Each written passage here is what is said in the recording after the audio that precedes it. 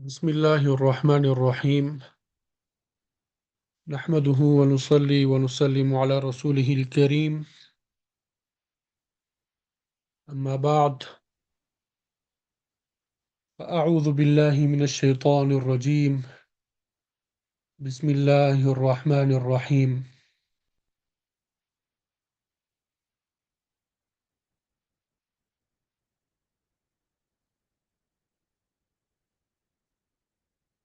العلماء ورثة الأنبياء، وإن الأنبياء لم يورثوا درهما ولا دينارا، وإنما ورثوا العلم، فمن أخذه أخذ بحظ وافر، أو كما قال عليه الصلاة والسلام.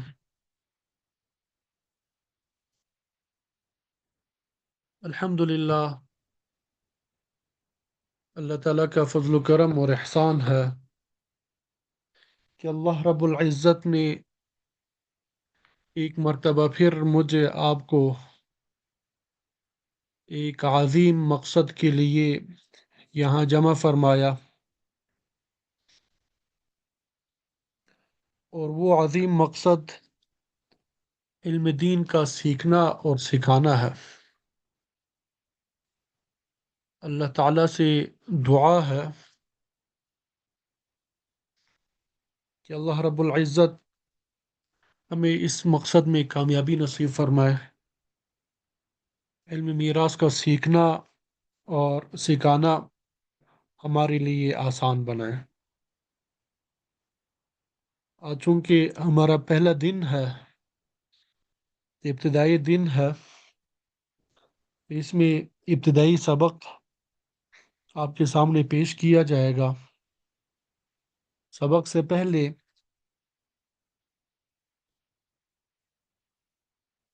تھوڑا سا تعارف آپ کے سامنے پیش کریں گے، پھر اس کے بعد جو یہ کورس ہے کہ کس طریقے سے ہم نے پڑھنا ہے اس کے بارے میں بتایا جائے گا، اور اس کی اہمیت وہ آپ کے سامنے بیان کریں گے، اور پھر اس کے بعد باقاعدہ سبق کا آغاز کریں گے۔ اب جو باتیں کی جائے گی یہ بھی سبق ہی کا حصہ ہے۔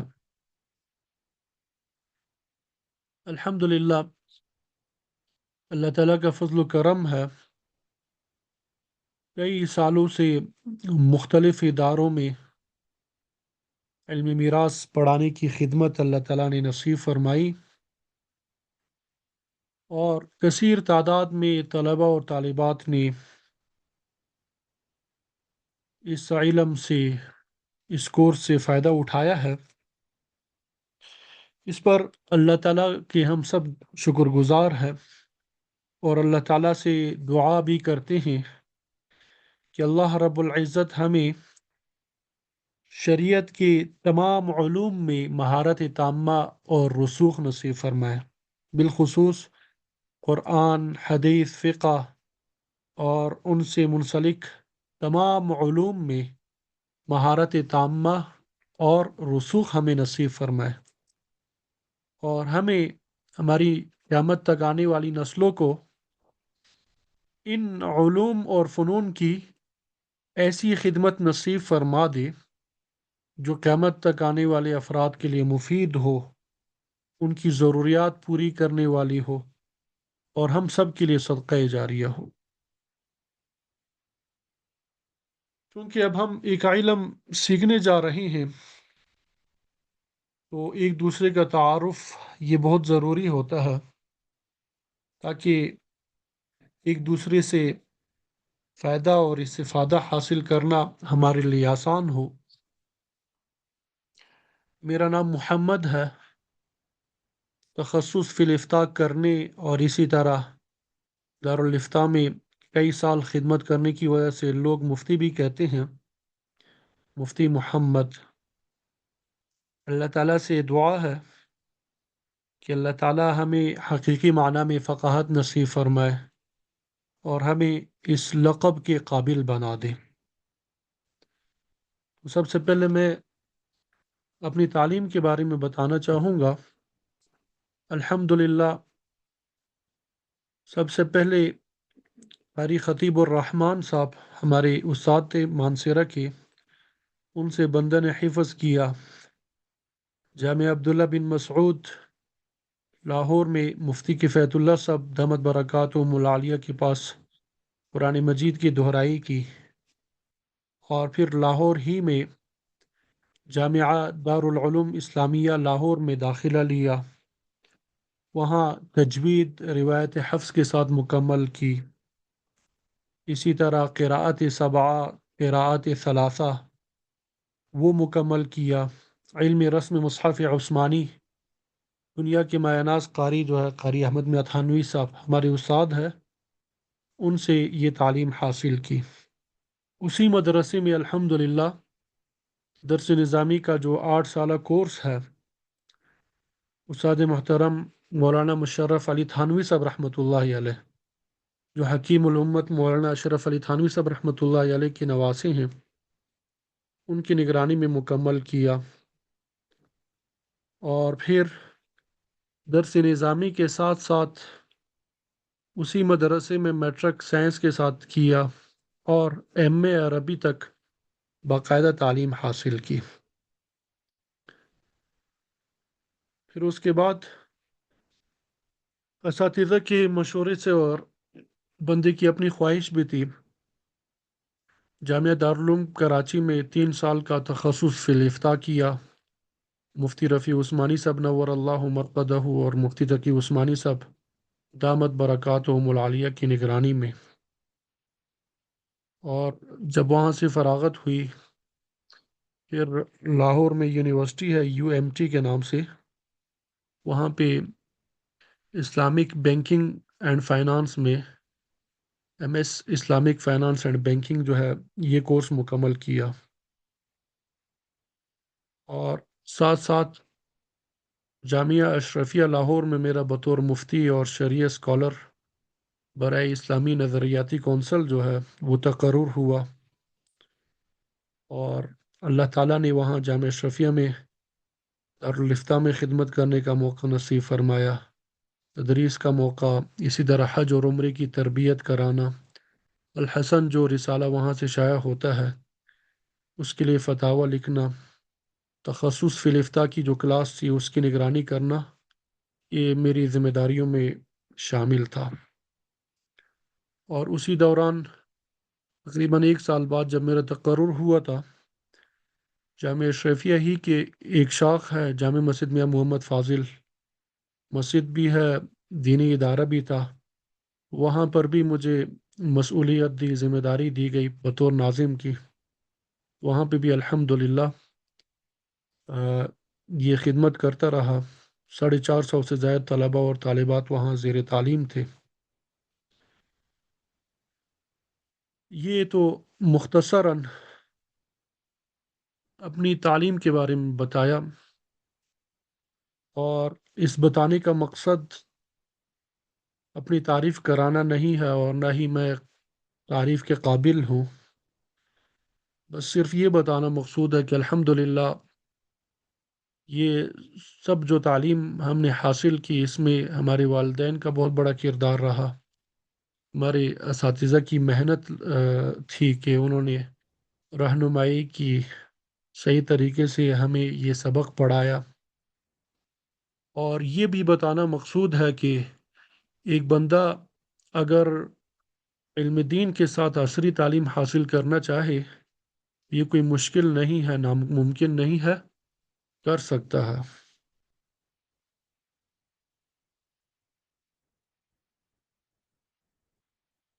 علم میراث کے بارے میں یہ بتانا چاہوں گا کہ سب سے پہلے علم میراث کا کورس جو ہے سادسہ میں ہم نے، ہمارے استاد تھے مفتی اکرم صاحب، انہوں نے ہمیں سراجی پڑھائی، اور پھر اس کے بعد ہمارے والد محترم انہوں نے سراجی بھی پڑھائی، اور یہ علم میراث زبانی ازبر یاد بھی کرایا۔ ہم نہیں بھی چاہتے تھے، زمانہ طالب علم کا ایسا زمانہ ہوتا ہے کہ انسان نہیں چاہتا، نہیں پڑھنا چاہتا، بہانے بناتا رہتا ہے، تو ہم نے بھی کافی بہانے بنائے، لیکن اللہ تعالیٰ ہمارے والد کو عمر دے، برکت نصیب فرمائے، ہمیں ان کی خدمت کرنے کی توفیق نصیب فرمائے کہ انہوں نے زبردستی ہمیں یہ علم سکھایا، یاد کرایا۔ پھر اس کے بعد یہ جو ابھی ترتیب آپ کے سامنے میں بیان کروں گا، یہ میری والد صاحب کی ترتیب ہے، انہوں نے جس طریقے سے مجھے پڑھایا تھا۔ پھر جب دارالعلوم کراچی میں گئے، وہاں پہ پھر مفتی عبداللہ برمی صاحب، یہ ہمارے استاد ہے، شیخ الاسلام مفتی تقی عثمانی صاحب دامت برکاتہم العالیہ، ان کے کلاس فیلو بھی ہے، تو انہوں نے یہ سراجی ہمیں پڑھائی۔ اور اسی طرح مفتی عبد المنان صاحب، مفتی اصغر علی ربانی صاحب رحمۃ اللہ علیہ، ان کا انتقال ہو چکا ہے، یہ تخصص کے دوران مسائل وغیرہ میراث کے حوالے سے ان کو دکھاتے رہے۔ یہ علمی میراث کے حوالے سے اپنا سفر جو ہے وہ آپ کے سامنے بیان کیا۔ تو یہ جو آپ کے سامنے علمی میراث کورس بھی ہم پیش کریں گے، یا دیگر ہمارے کورسز وغیرہ ہوتے رہتے ہیں، یہ اصل میں ہمارے اساتذہ کی تعلیمات ہے، ان کی امانت ہے، ہم صرف آپ کے سامنے پیش کرنے والے ہیں۔ اصل کریڈٹ جو ہے یہ ہمارے اساتذہ ہی کا ہے، ان کی محنت ہے، ان کی توجہ ہے۔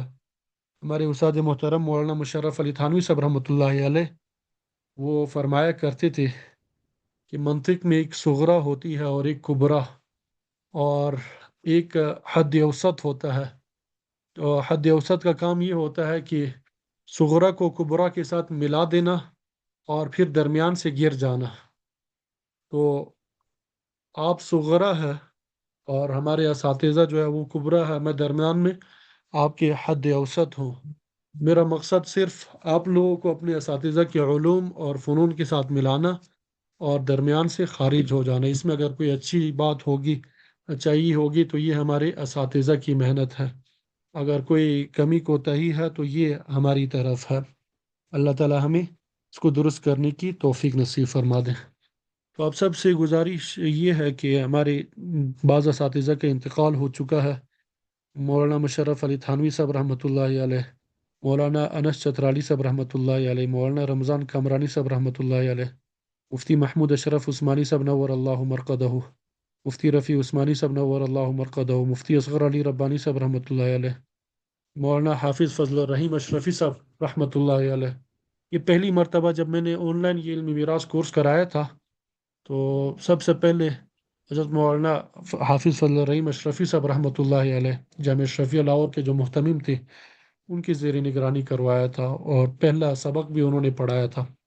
اب وہ ہمارے درمیان نہیں ہے، تو ان تمام اساتذہ کے لیے کوشش کرے روزانہ کی بنیاد پر آپ سورہ فاتحہ اور 3 مرتبہ سورہ اخلاص پڑھ کے ایصال ثواب کرتے رہیں۔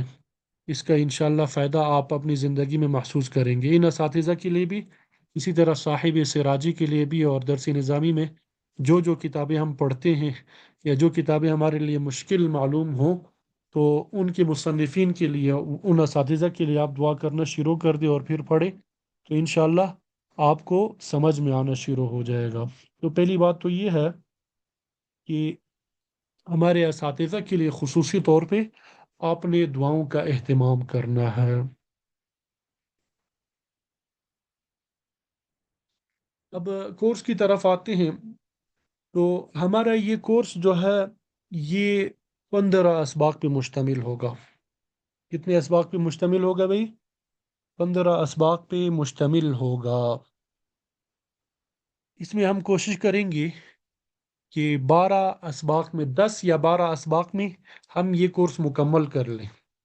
10 سے 12 اسباق میں ہمارا یہ کورس مکمل ہو جائے گا، اور جو باقی ایام بچ جائیں گے، چاہے وہ 3 ایام ہو، 4 ایام ہو، ان میں ہم زیادہ سے زیادہ اس کی پریکٹس کریں گے۔ ٹھیک ہے بھائی؟ اس میں مشق کریں گے۔ اگر آپ لوگ محنت کے ساتھ اس کورس کو کریں گے، جو جو باتیں آپ کو بتائی جائے روزانہ کی بنیاد پر سبق کو یاد کریں گے، اس کی پریکٹس کریں گے، تو انشاءاللہ میں آپ کو گارنٹی دیتا ہوں، آپ کو ضمانت دیتا ہوں کہ آپ اس کورس کے اختتام پر پھر اس کو 5 منٹ میں مکمل طور پہ دہرا سکیں گے۔ صحیح طریقے سے آپ محنت کریں گے، 5 منٹ کے اندر اس کورس کو اس مکمل علمی میراث کو آپ دہرا سکیں گے. ٹھیک ہے.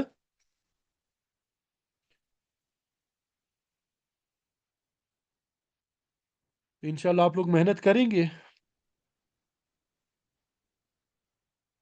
جی.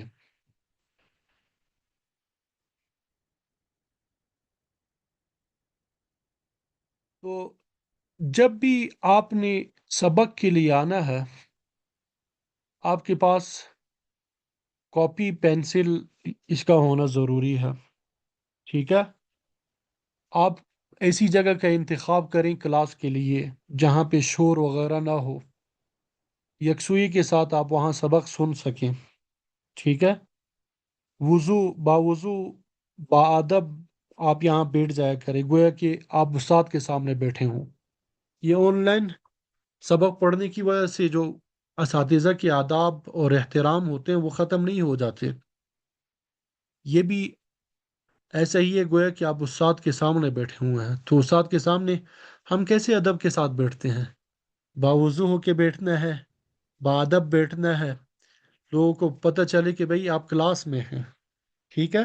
ایسا نہیں کہ بھئی موبائل جو ہے وہ سائڈ پہ رکھا ہوا ہے، لیٹے ہوئے ہیں آپ اور بس سن رہی ہیں، تو اس کا فائدہ نہیں ہوگا. ٹھیک ہے.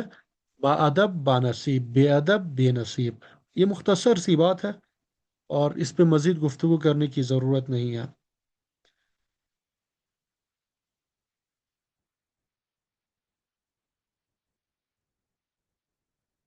آواز آ رہی ہے؟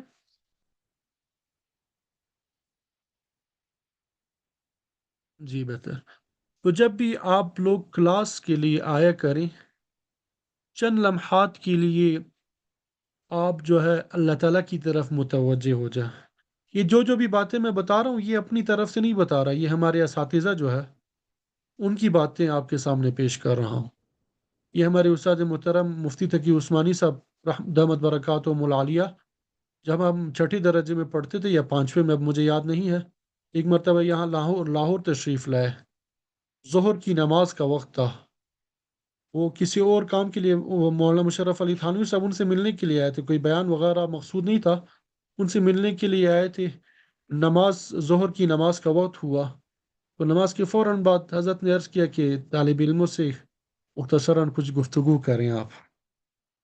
تو مفتی تقی عثمانی صاحب کھڑے ہو گئے اور انہوں نے کہا کہ مختصر سی بات کرنا چاہوں گا، اپنی طرف سے نہیں بلکہ شیخ الحدیث مولانا زکریا کاندلوی صاحب رحمۃ اللہ علیہ ان کی بات نقل کروں گا.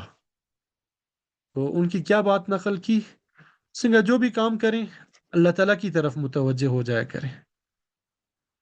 آپ سبق پڑھنے جا رہے ہیں، اللہ تعالیٰ کی طرف متوجہ ہو جائیں کہ اے اللہ یہ کام میرے لیے آسان فرما دیں.